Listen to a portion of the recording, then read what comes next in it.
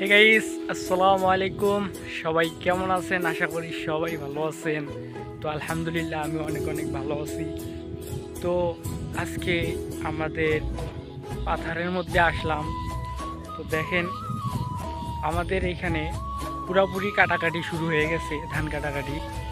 তো চারপাশে দেখেন ধান কেটে বিছিয়ে দেওয়া হয়েছে, এগুলা এখান থেকে শুকিয়ে নিয়ে যাবে বাসায়।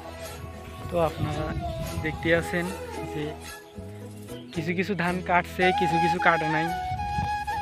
তো এগুলাও আর কি কয়েকদিন বাদে কাটাকাটি শুরু হবে। এগুলা দেখতে পাচ্ছেন, এগুলা শুকাইছে, দুই একের মধ্যেই নিয়ে যাবে এগুলা। তো আমাদের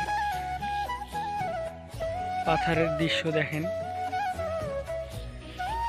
বন্ধুরা, দেখতে পাচ্ছেন কিভাবে ছাগল ঘাস খাচ্ছে এবং পুরো পাতার প্রায় ফাঁকা হয়ে গেছে। তো দেখেন, এগুলা সব ধান কেটে নিয়ে গেছে।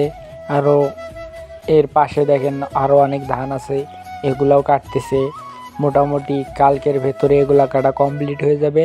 তো মানুষ দেখেন ধান কুড়াতেও আসছে গ্রামের মধ্যে আর কি। এগুলা ধান অনেক পড়ে গেছে, পোকায় কেটে ফেলাইয়া দিছে, সেই ধানগুলা কুড়াইতেছে আর কি।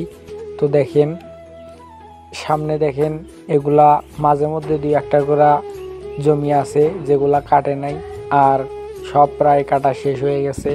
তো মোটামুটি আর কয়েকদিনের ভেতরে এগুলা কাটাকাটি শেষ হয়ে যাবে।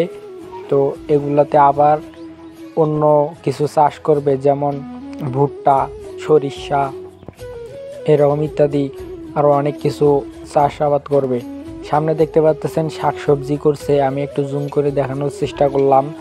তো এগুলা ওই সামনে দেখতে পাচ্ছেন, ওগুলা শাক সবজি, এগুলা